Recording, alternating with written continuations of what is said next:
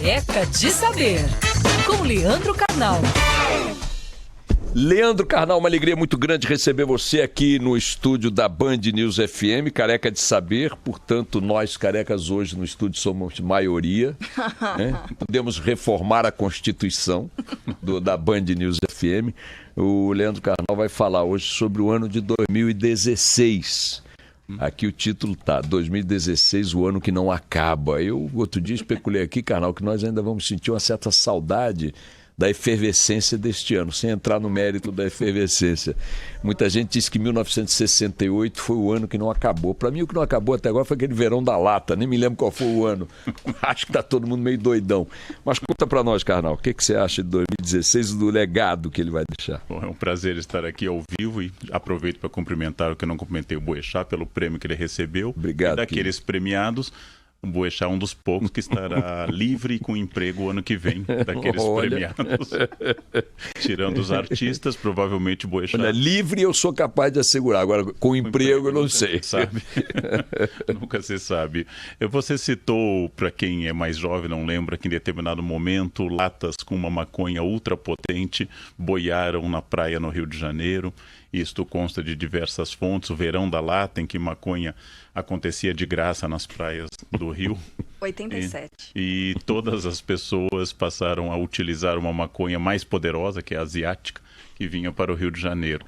68 é o grande ano das manifestações de Paris, é o grande ano de manifestações no Brasil, está entre dois marcos musicais, o Festival de Monterrey e o Festival de Woodstock, é o grande marco da contracultura, do movimento hippie, e toda essa geração que brilhou em 68, principalmente John Lennon, mesmo tendo decretado que o sonho tinha acabado, foi assassinado em 8 de dezembro de 1980, John Lennon é um símbolo de toda uma geração que tentou um mundo diferente, um mundo que naturalmente fosse uma alternativa ao mundo existente.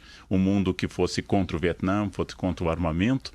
E esses adultos têm dificuldade em pensar que o tempo passa e ficam se referindo a 68 como o grande ano da agitação. 2016 também tem essa mesma característica, ou seja, foi um ano agitado politicamente, de crise econômica. No período colonial, toda a autoridade dizia no Brasil o seguinte: depois de mim virá aquele que me fará grande. Ou seja, o próximo governo vai fazer que a gente tenha saudades do anterior. Então, a criatividade para isso é muito grande. Como lembrou o Boechat, pela nossa Constituição, o Congresso pode decidir livremente para todo brasileiro que tenha 3 condições básicas: mais de 35 anos, brasileiro nato e em pleno exercício dos seus direitos políticos.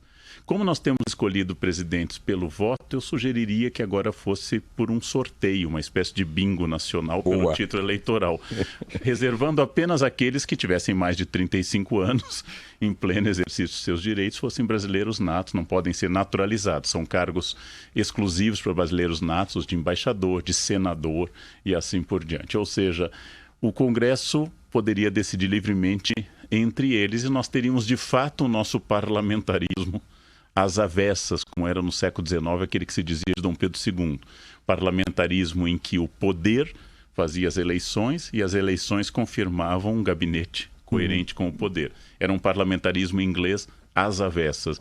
E hoje nós temos um parlamentarismo às avessas, porque o presidente depende do Congresso e ele precisa agradar ao Congresso e não ao eleitorado, né? Ô Leandro, ainda assim a gente está tendo ainda, né? O 2016 não terminou e seria uma ingenuidade à luz dos acontecimentos e do ritmo em que eles ocorrem, imaginar que os 10 ou 12 dias, 18 dias que nos separam, 17 dias que nos separam do Réveillon, representam pouco tempo para que novas surpresas aconteçam, né? Mas pelo que já aconteceu até aqui, e não me refiro apenas ao Brasil, o mundo também em 2016 viveu momentos assim muito incomuns, atípicos, vai da eleição do Trump, passando pelo Estado Islâmico, o apogeu e início da queda talvez do Estado Islâmico, o Brexit, a ascensão das forças xenófobas, nacionalistas e tal na Europa e no mundo, um monte de coisas aí. E aqui no Brasil uma sucessão de acontecimentos feéricos, né?